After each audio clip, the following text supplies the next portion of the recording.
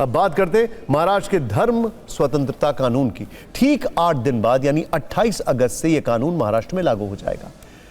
इसी साल मार्च में महाराष्ट्र विधानमंडल ने दोनों सदनों में महाराष्ट्र धर्म स्वतंत्रता विधेयक 2026 पारित किया था।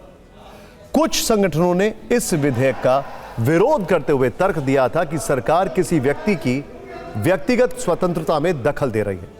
हालांकि राज्य सरकार ने इस आलोचना को खारिज कर दिया था। इस कानून के लागू होने के बाद जबरन धर्मांतरण पर 7 साल तक की सजा हो सकती है। महाराष्ट्र सरकार का गृह विभाग इसे लेकर नोटिफिकेशन भी जारी कर चुका है। इस कानून में कई प्रावधान हैं जिनके बारे में विस्तार से बताएंगे, लेकिन सबसे पहले उस प्रावधान की बात जो सबसे ज्यादा चर्चा में है।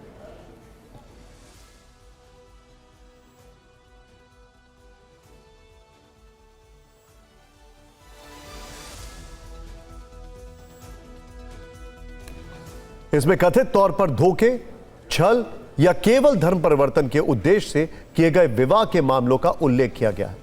इस कानून में अवैध धर्मांतरण के आधार पर हुए विवाह या विवाह संबंध से जन्म लेने वाले बच्चे के धर्म, कस्टडी और अधिकारों को लेकर भी विशेष प्रावधान किए गए।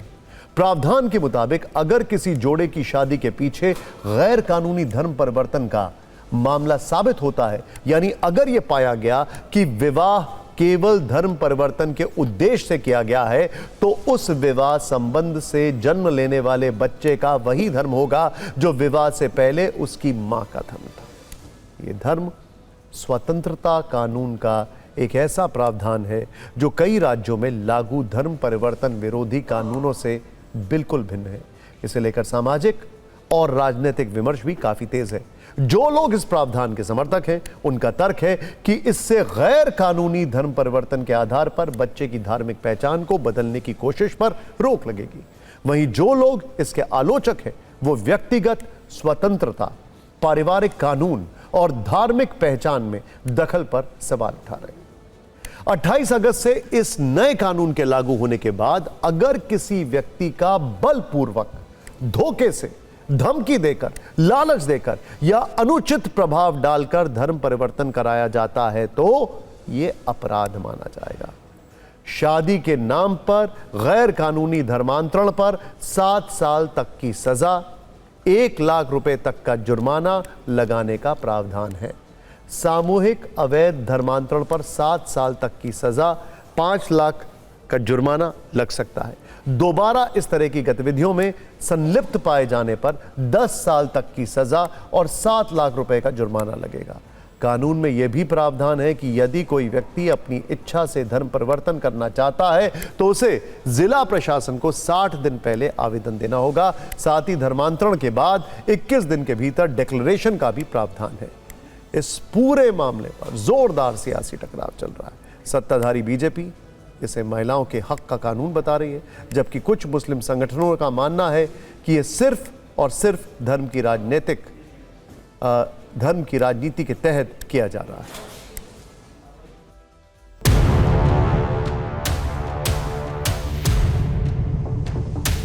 अभी ऐसा है कि ये भारतीय जनता पार्टी सरकार सिर्फ जातिवाद, धर्म की राजनीति ही करते आई है।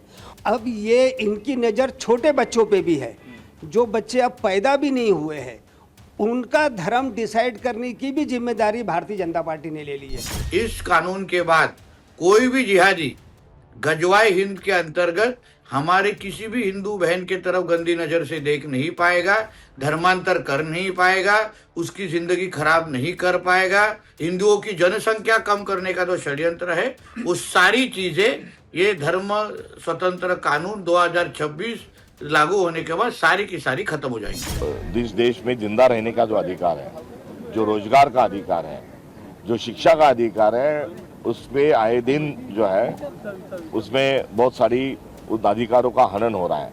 और दूसरी तरफ जज्बाती तौर पर एक जात को दूसरे जात से, एक धर्म को दूसरे धर्म से लड़ाने की कोशिश हो रही है। सरकार प्रोपेगेंडा चलाती है, उनका कहना है झूठी सरकार है, उन्होंने जो कहा है अभी तक कुछ नहीं किया। जो एंटी कन्वर्जन लॉ है उसको ये ताकत देती है। जो भी धर्मांतर करने की कोशिश कर रहा है, और ये कोई भी धर्म में ये कानून भेदभाव नहीं रखता, सबके लिए ये कानून समांतर है। सरकार का तर्क है कि कानून किसी की धर्म चुनने की आजादी नहीं रोकता, बल्कि जोर जबरदस्ती, धोखे और प्रलोभन से होने वाले धर्मांतरण पर रोक लगाता है। दूसरी तरफ आलोचकों का सवाल है कि क्या गैर कानूनी धर्मांतरण रोकने की कोशिश में किसी व्यक्ति की शादी, परिवार और बच्चे की धार्मिक पहचान के दायरे में जरूरत से ज्यादा दखल हो रहा है। 28 अगस्त से कानून लागू होगा और अब बहस इस दिशा में जाएगी कि कानून किसी व्यक्ति की सुरक्षा की सीमा कहां तक तय करता है और व्यक्तिगत स्वतंत्रता की सीमा कहां से शुरू होती है।